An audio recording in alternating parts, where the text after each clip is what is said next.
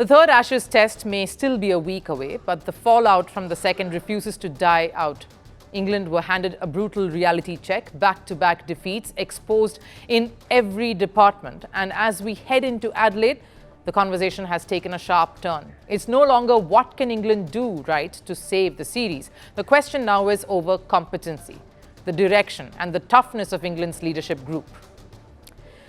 Because the first two tests didn't just show technical flaws. They revealed a massive gulf in mindset between the two sides. Not skill, not ability, mindset. On one hand, you had a full-strength, well-oiled English unit. England's Stuart Broad even called this the best English side since 2010. And on the other hand, a bruised, battered, patched-up Australian side, missing some key players, juggling injuries, not their A-team on show. Yet somehow, it was Australia who hammered England on every front. Tactically superior, mentally stronger, ruthless when it mattered.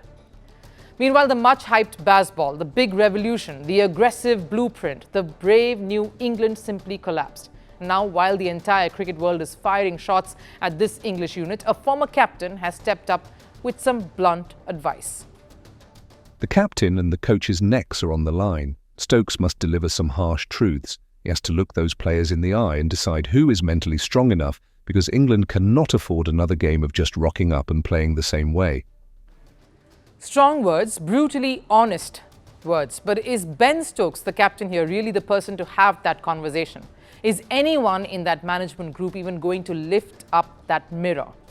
Because while Stokes did come out after the defeat to say Australia is not a place for weak men, he's also the same captain who claimed that England lost a neck-to-neck battle at the Gabba. A match where his side lost by 8 wickets after setting their opposition a target of 65 runs. That wasn't neck-to-neck, that was capitulation. So when the captain himself is living in a bubble of fine margins, how exactly is he going to be the one to confront his players about being mentally tougher? And every time England loses, Stokes stands up, smiles for the cameras and says something rather philosophical.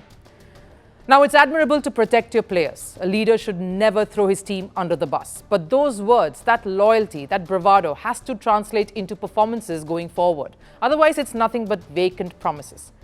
And right now, for critics, that's exactly what it feels like.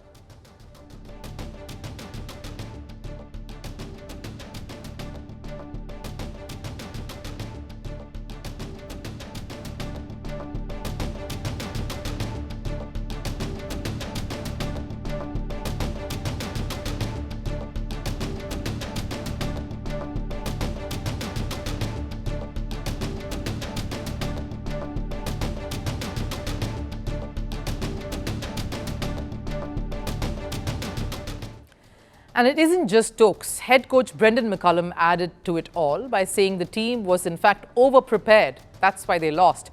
Talking the talk, delivering nothing in sharp contrast. Look at Australia. Their media mocks opponents. Yes, their fans chirp, absolutely. But their players, they back up every word with performances. They sledge you, they stare you down, and then they go ahead to beat you.